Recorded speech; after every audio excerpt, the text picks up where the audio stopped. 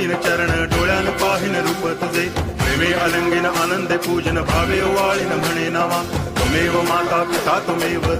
बंधुश्च सखा त्वमेव